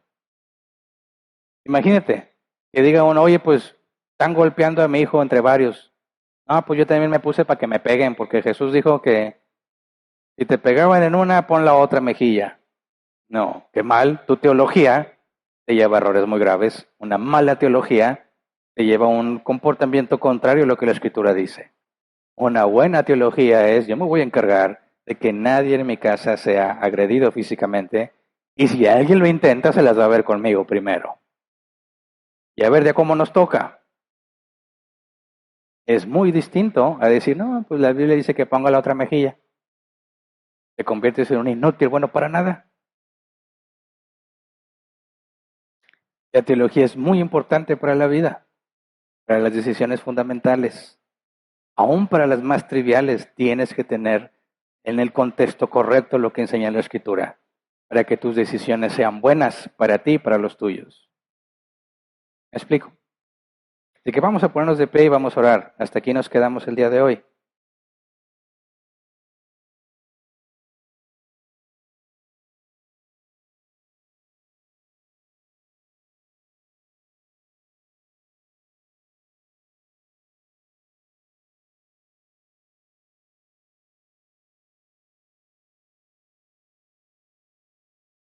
Necesitamos cristianos que entiendan esto.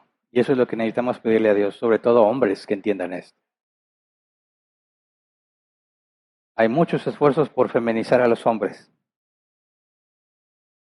A los hombres se les quiere femeninos, bonitos, maquilladitos. Cuando lleguen los problemas, ¿quién va a defender? Para que el mal prospere, lo que se requiere es que los que hacen lo correcto no hagan nada. Los que saben lo correcto no hagan nada. El mal prospera cuando los justos no hacen nada. Tenemos una enorme responsabilidad. El sentido positivo de este mandato pone una enorme responsabilidad sobre nuestros hombros. Porque la vida es muy valiosa, no invaluable, muy valiosa. Y hay que hacer todo por defenderla y preservarla, principalmente con los tuyos, empezando con los tuyos. Así que, ¿dónde están esos hombres que cuando venga la dificultad son lo suficientemente fuertes para defender a los suyos? Si tienes a hombres femeninos, bonitos, bien maquilladitos, incapaces de defenderse a sí mismos, lo único que se requiere es que un fuerte se levante y nadie va a poder detenerlo. ¿Verdad? Nos quejamos del bullying. Se quejan muchos del bullying. Miren cómo maltratan a los pobres niños. Y no hubo nadie ahí para ponerse enfrente del boleador. ¿Dónde están los fuertes que defienden a los débiles? Quizás dices, mi hijo no sufrió bullying. No, pero quizás tiene la fuerza para defender al que le están haciendo bullying. Y enseñarle, defiéndete. Tienes que entender que a menos que tengas el poder para hacer daño, no sirves para nada. ¿Me explico? Es reconocible. Checa toda la historia de los héroes buenos. Un héroe. ¿Qué es un héroe? Alguien que te puede hacer mucho daño, pero decide no hacerlo. Si Superman no tuviera superfuerza, ¿de qué nos sirve? ¿Sería el super buenas intenciones? De nada me sirve. Necesitamos la superfuerza de Superman para que pueda hacer algo.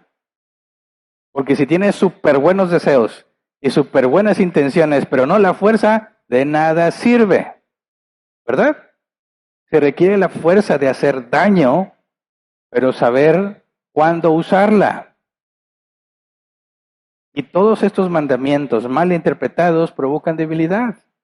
El hombre no se prepara para defender. se prepara para recibir. No.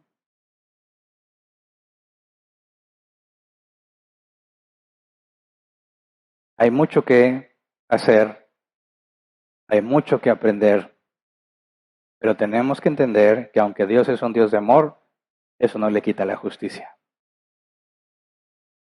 Y la justicia de Dios, todos los que somos sus hijos, la vamos a ver con nuestros propios ojos sobre cada persona, cada ser humano que haya venido a este mundo. Vamos a entender mucho mejor después, pero ahorita tenemos mucha información revelada para asegurarnos de que se haga lo correcto para darle el valor que corresponde a la vida. Entonces oremos, hermanos, para poder llevar esto a la práctica. No significa que vas a ser un agresivo, significa que tienes la capacidad de hacer daño cuando sea necesario. Pero no lo vas a usar a menos que sea el único recurso. Pero debes de tener la capacidad. Todos deben tener la capacidad de respuesta de lo que crees.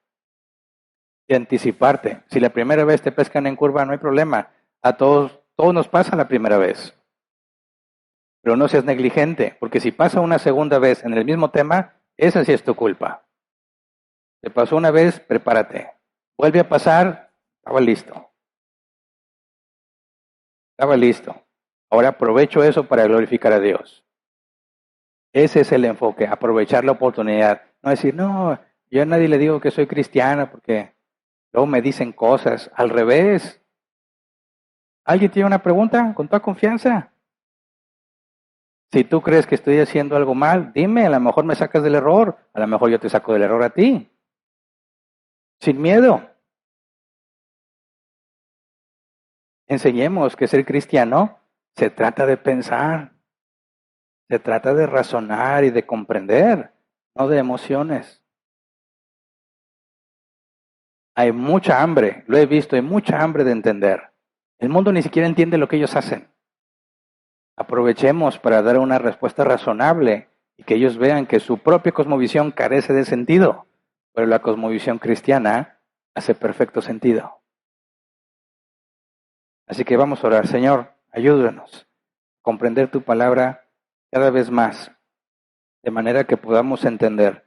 Sabemos que es inagotable la información, que es infinito lo que cae en tu sabiduría, que nunca vamos a acabar de entenderlo, pero ayúdanos con lo que está revelado a crecer en entendimiento. Sabemos que tendremos toda la eternidad para seguir aprendiendo de ti y de tu justicia, pero lo que tenemos ahora, ayúdanos a usarlo para tu gloria.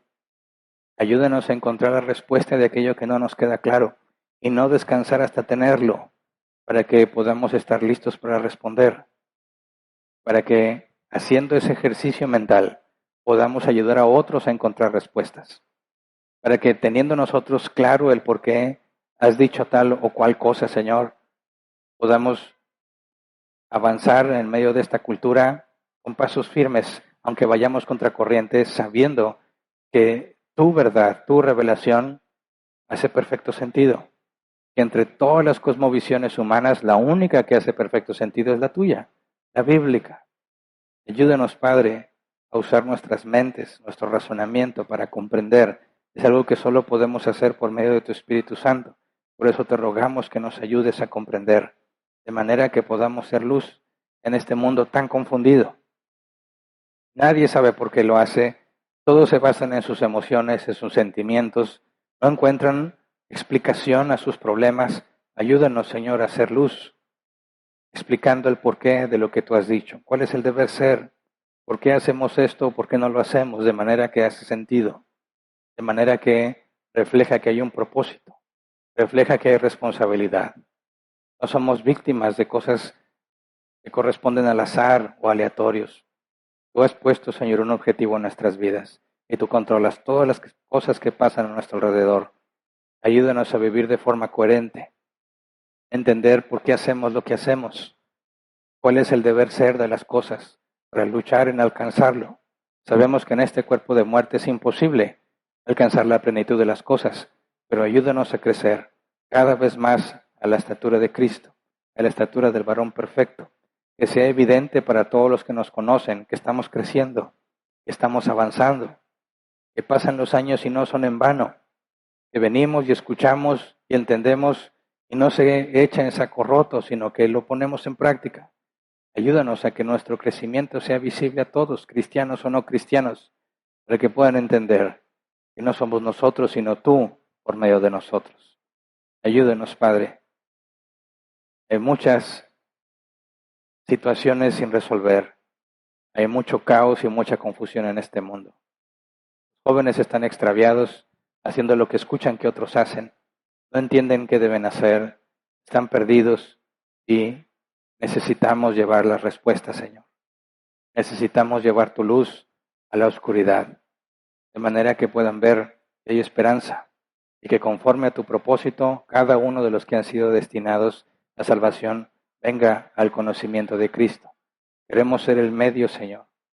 Queremos ser el medio por el cual tú extiendas la luz de tu reino, de manera que podamos dar testimonio de que tú eres grande, eres sabio, lo que está en tu palabra es tan profundo que nunca terminaremos de entenderlo, pero podemos avanzar. Ayúdanos, Padre, que nuestro avance sea visible para tu gloria y tu honra. Te lo pedimos en el nombre de Jesús. Amén. Pueden sentarse. Pasemos a la sección de preguntas. Si es que las hay.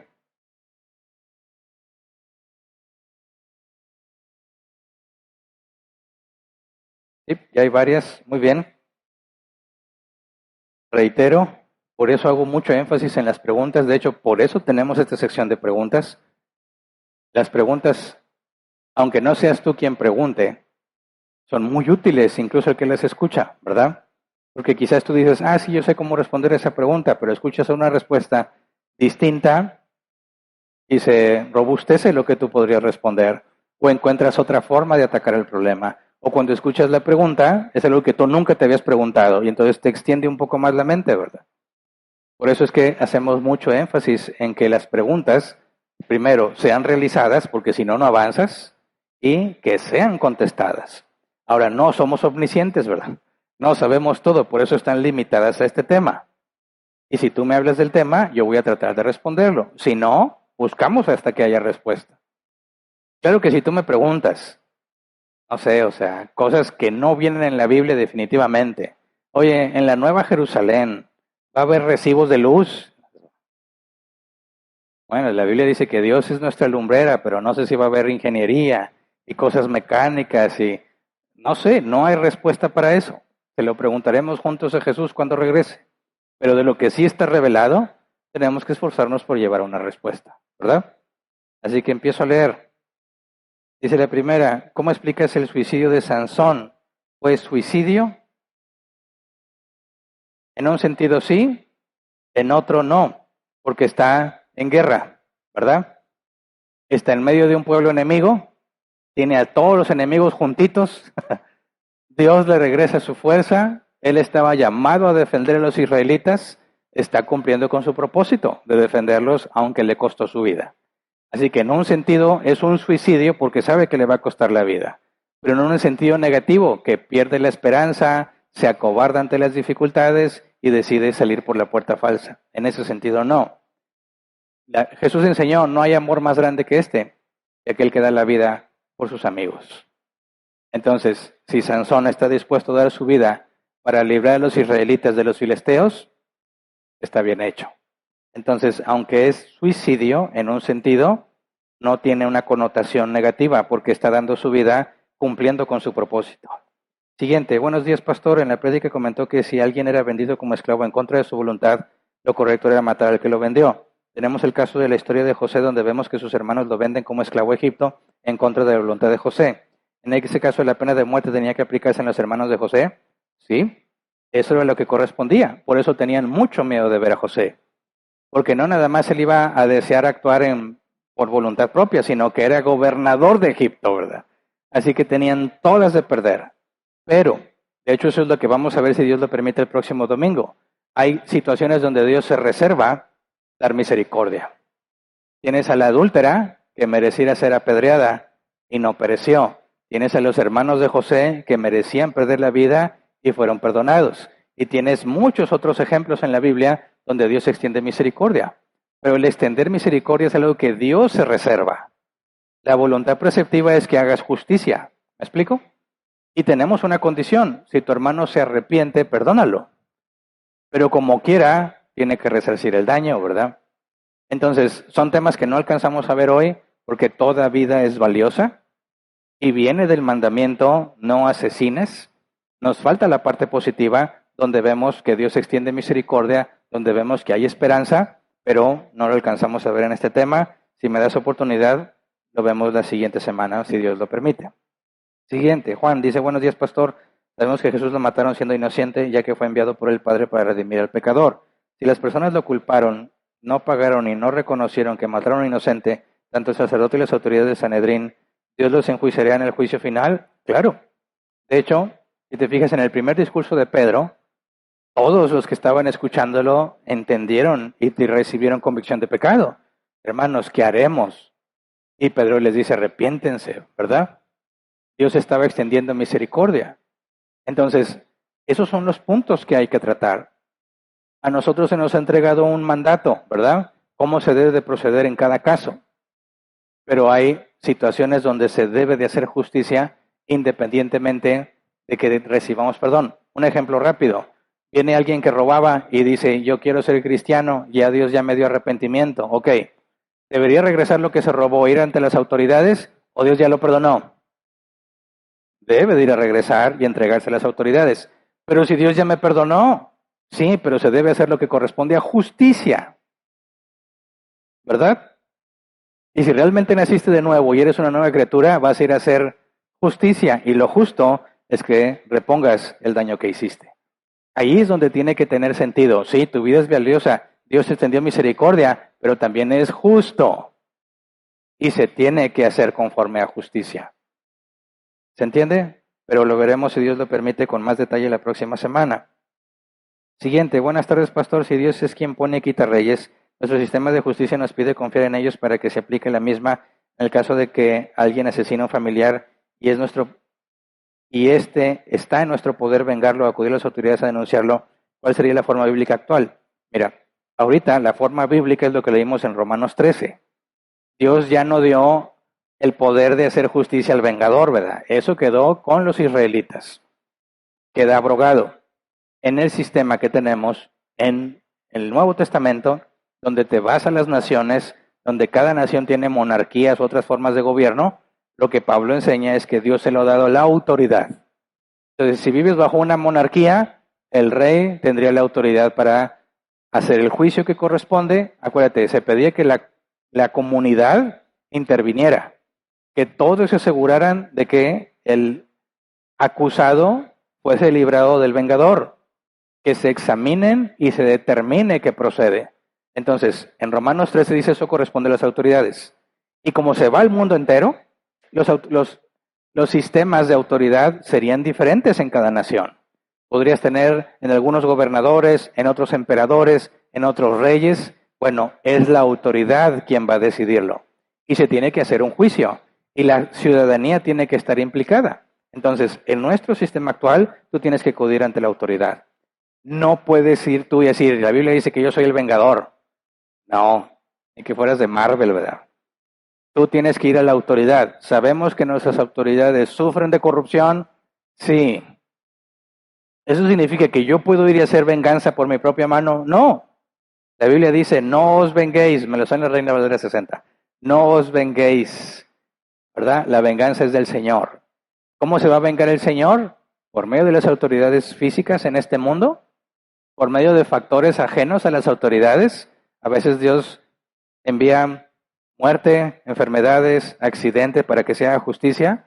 O, en última instancia, ante el juicio del gran trono blanco y la condenación. Pero nosotros descansamos en la sabiduría de Dios y en su soberanía, de que nadie quedará impune, y acudimos a los recursos que Él ha establecido. Así que en nuestros tiempos no aplica el concepto del vengador. Tienes que ir a la autoridad. Siguiente. Desde la perspectiva de la discrepancia entre homicidio y asesinato, ¿cómo se interpreta el acto de la eutanasia en relación con el mandamiento? No matarás. ¿Es posible justificarla bajo los mismos parámetros que usamos hoy para diferenciar estos conceptos? Mira, ahí tendríamos que hablar de la doctrina de la mayordomía. Porque la eutanasia es el deseo de la propia persona de terminar su vida, ¿verdad? El asunto es, ¿él tiene poder para decidir sobre su propia vida? ¿Su vida le pertenece? Bíblicamente hablando, nada te pertenece. La doctrina de la mayordomía nos enseña que todo lo que Dios nos ha dado, tiempo, salud, cuerpo, trabajo, medios, lo que sea, todo, nada es tuyo, incluyendo tu vida. Y tienes que rendir cuentas a Dios por lo que Él te ha dado, incluyendo tu vida. Así que la eutanasia en un concepto bíblico no tiene sentido, porque tu vida no te pertenece, le pertenece a Dios. Y si Dios le ha placido que sigas con vida, te sujetas a lo que Dios ha dicho. No puedes decir, no, yo ya no quiero vivir, me mato. No, espérate, hazlo legal. Bueno, me matan. Tampoco. Tú no te perteneces. Dios es el dueño de todas las almas. Él es quien da la vida. Él se reserva el derecho para decidir cuándo darla y cuándo quitarla. La eutanasia es una rebeldía contra Dios. Y se acabó el tiempo, ¿verdad? ¿Perdón? Ah, ok. Era para hacerle de emoción, ¿verdad? Lady dice, buenas tardes, pastor. ¿Cómo es si en Mateo 5, 38 y 42 Jesús dice ante la ley, se decía ojo por ojo? Ahora yo digo, si te dan una mejilla, pon la otra también. Según la palabra, se justificaría si, por ejemplo, un padre mata al violador de su hija. Que son dos preguntas. Número uno, bueno, ya vimos el caso de poner la otra mejilla y lo que significa. Pero sí, Jesús habla específicamente del mandamiento no asesinarás. Y dice, como comenta esta persona, han escuchado que se dijo, ¿verdad? Ojo por ojo, diente por diente. Mas yo digo que cualquiera que aborrece a su hermano ya es, no me acuerdo bien de cómo dice el original, ya es digno del concilio, algo así se explica, como que ya es considerado culpable. Pero hay que tener mucho cuidado. Jesús dijo que no venía a abrogar la ley, sino a cumplirla. Jesús no vino a corregir la ley, porque Dios mismo fue quien dio la ley. De hecho, en el sentido estricto de la palabra, es Jesús quien le habló a Moisés dándole la ley. Así que si Jesús dijera, antes el mandamiento era este, pero yo lo cambio, eso sería un problema serio, porque Dios estaría desdiciendo. Así que Jesús no está hablando de cambiar el mandamiento, está hablando de una interpretación errónea de ese mandamiento, como sucedía con el caso de los juramentos, ¿verdad? Y del día de reposo. Que el día de reposo no podías hacer nada y les dijo, estás mal. Que los juramentos valían solamente si orabas por el oro y no por el templo, cosas así, también estaba mal y Jesús da la correcta interpretación. En este caso, cuando Jesús habla sobre esto, está hablando del sentido positivo del mandamiento que vamos a ver la próxima semana. Pero adelanto, Jesús no está cambiando el mandamiento, está poniéndolo en el contexto correcto para que pueda ser obedecido. Siguiente, buenos días, pastor. Suponiendo la misma situación del ladrón, pero estando a la luz del día, ¿la acción del vengador se convierte en homicidio? Bueno, sería en asesinato, ¿verdad? Porque según vi en homicidio, la Real Academia Española se refiere al acto de quitarle la vida a otro ser humano sin alevosía y sin ventaja. De manera que el homicidio no sería asesinato. Homicidio es quitarle la vida a alguien accidentalmente, por ejemplo. Aquí me imagino que la pregunta es, si tú estás viendo al ladrón en plena luz del día y le quitas la vida, ¿sería un asesinato? Depende. Si había alternativas para no llegar a esa medida extrema y no las tomas, estás asesinando.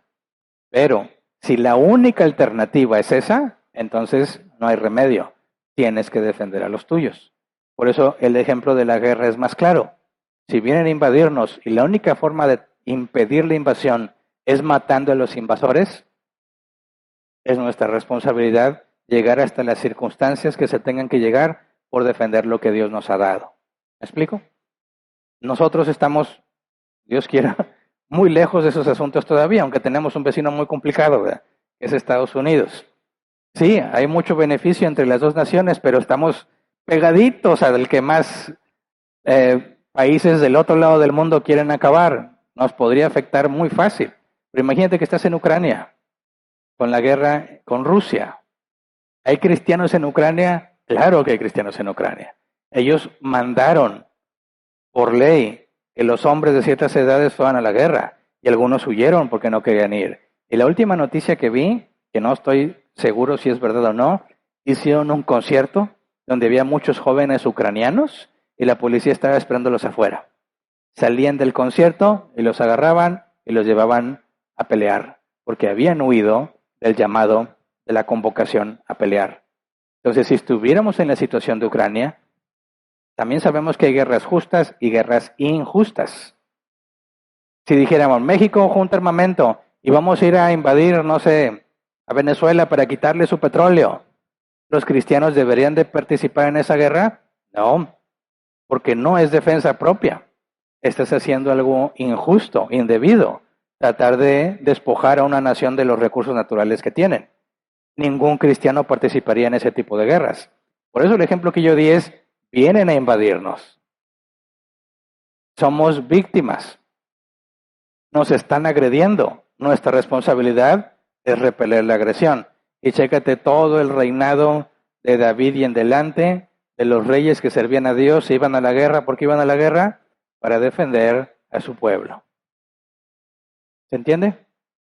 ¿Qué va a hacer Jesús cuando venga? Va a hacer la guerra ¿contra quién? Contra todos los que se oponen. ¿Y qué les va a hacer? Los va a matar. Así son las guerras. ¿Y está haciendo Jesús algo malo? Al contrario, está haciendo justicia. De eso se trata, de hacer justicia. Pero la vida es valiosa, muy valiosa, y nos falta considerar esa otra parte. No debemos ninguno de nosotros hacer, sí, pues mátenlo. No. Aunque sabemos que en un recurso así difícil es lícito bíblicamente hacerlo, nuestra responsabilidad es hacer todo lo posible por evitar llegar a esos extremos. Siguiente pregunta, una pregunta que hicieron el domingo pasado, pero no se alcanzó a contestar y yo me quedé con la duda. ¿Cómo honrar a nuestros padres ya siendo casados? ¿Okay? Y como ya no hay más preguntas, aunque no es del tema, puedo responderla. Mira, ¿cómo honrar a nuestros padres ya siendo casados? Cuando yo salgo de mi casa, la Biblia es muy clara. Dejará el hombre a su padre y a su madre, se unirá a su mujer y será una sola carne. Por lo tanto, siendo soltero, mi responsabilidad es directo con mis papás, ¿verdad? Ya casándome, mis papás ya pasan al 6º lugar cuando menos, porque hay una jerarquía de responsabilidades. Dios, mi relación con Dios, mi cónyuge, mis hijos, mi trabajo, el ministerio. ¿Por qué en ese orden? Porque si yo no proveo para los de mi casa, no tengo sujetos a mis hijos y no soy hombre de una sola mujer, no puedo tener ministerio, ¿verdad? Entonces ese orden es necesario. Después del ministerio, de las 5 que tienes, ahí puedes meter cualquier otra cosa, incluidos tus padres. Todo papá cristiano debe entender que cuando tu hijo se casa y se va, ya no es responsabilidad tuya, para bien o para mal. Hay unos que dicen, ay, ya, acabé. Y hay quienes dicen, no, este muchacho, si no andas detrás de él, no va a hacer nada. Y viven en angustia y problemas porque ese muchacho no sabe tomar decisiones.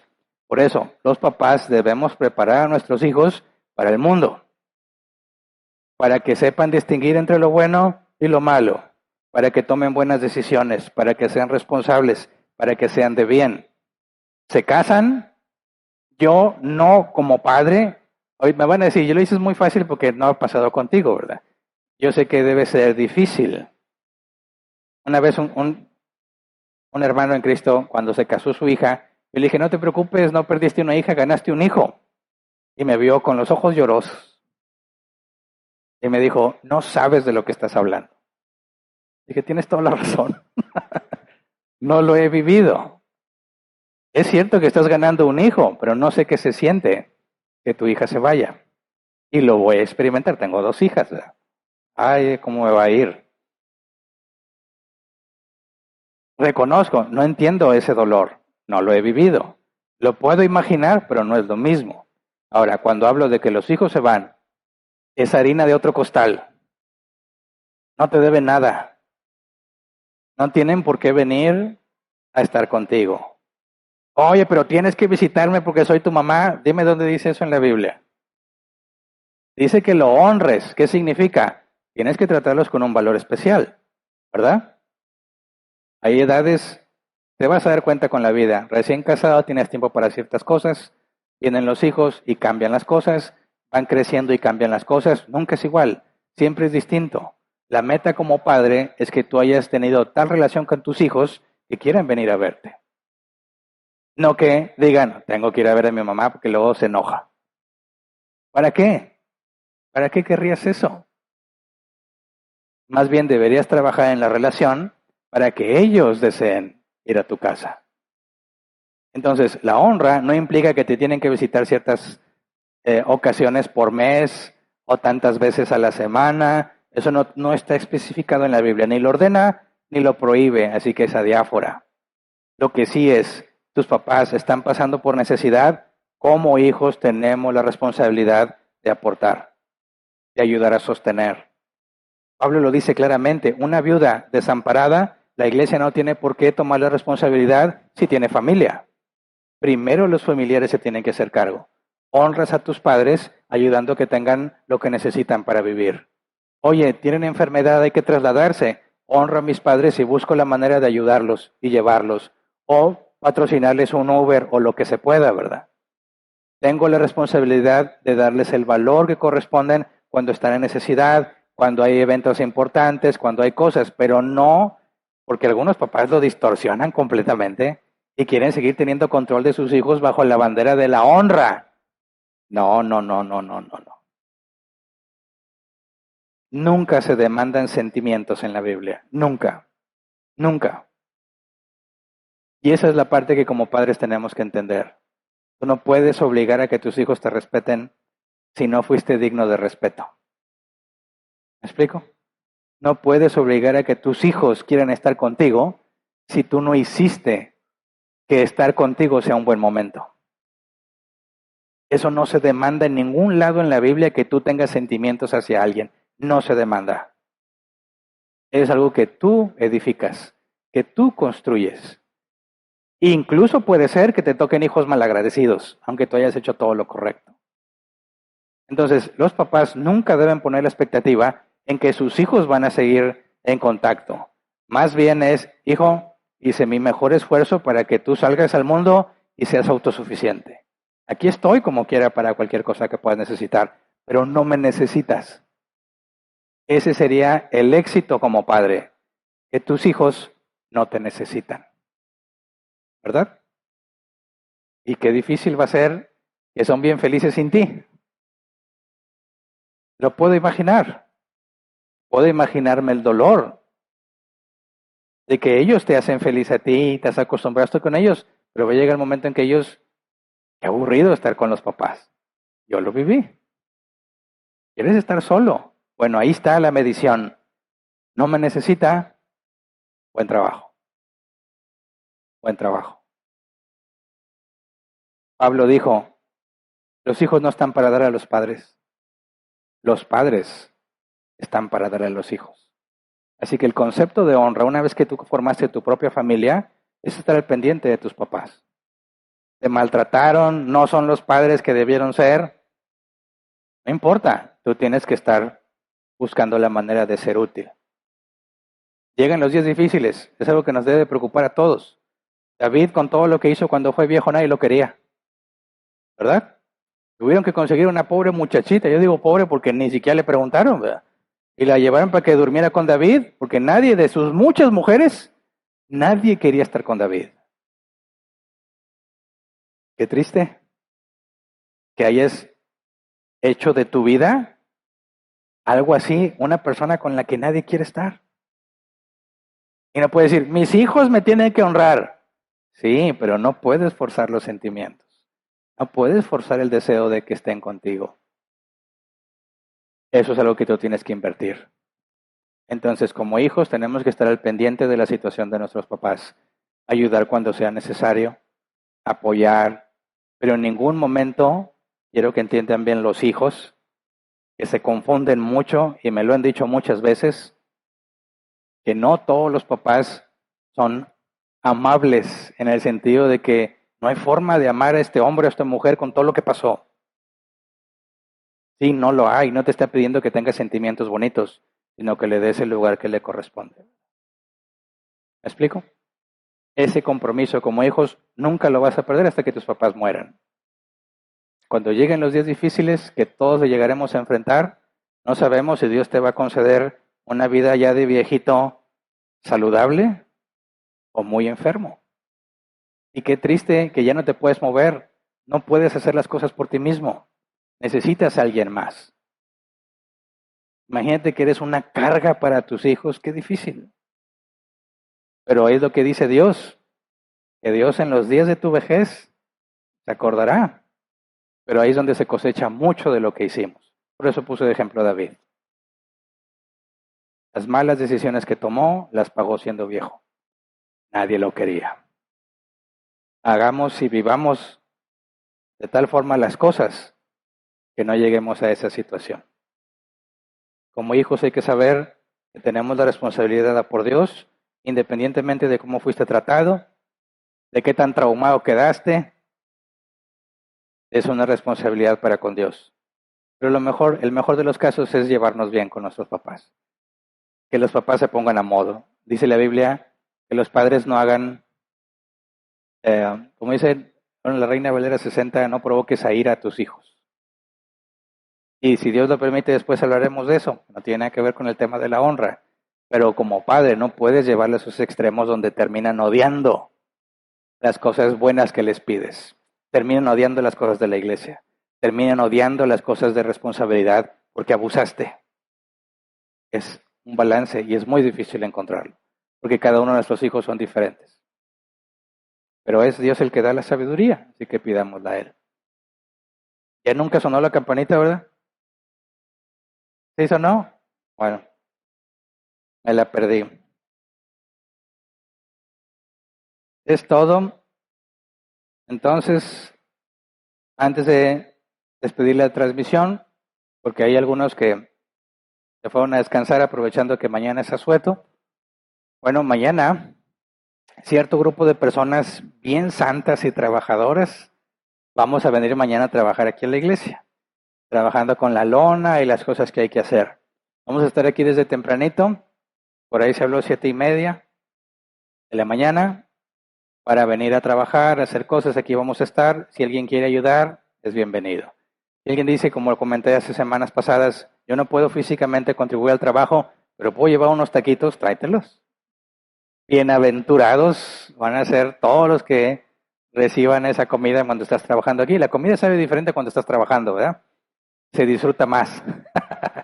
Entonces, si alguien está dispuesto a apoyar, es bienvenido. Aquí vamos a estar, son todos invitados y es todo en línea. ¿Correcto? Correcto. Despedimos la transmisión. Si Dios quiere, el próximo domingo estudiamos la parte positiva de este mandamiento.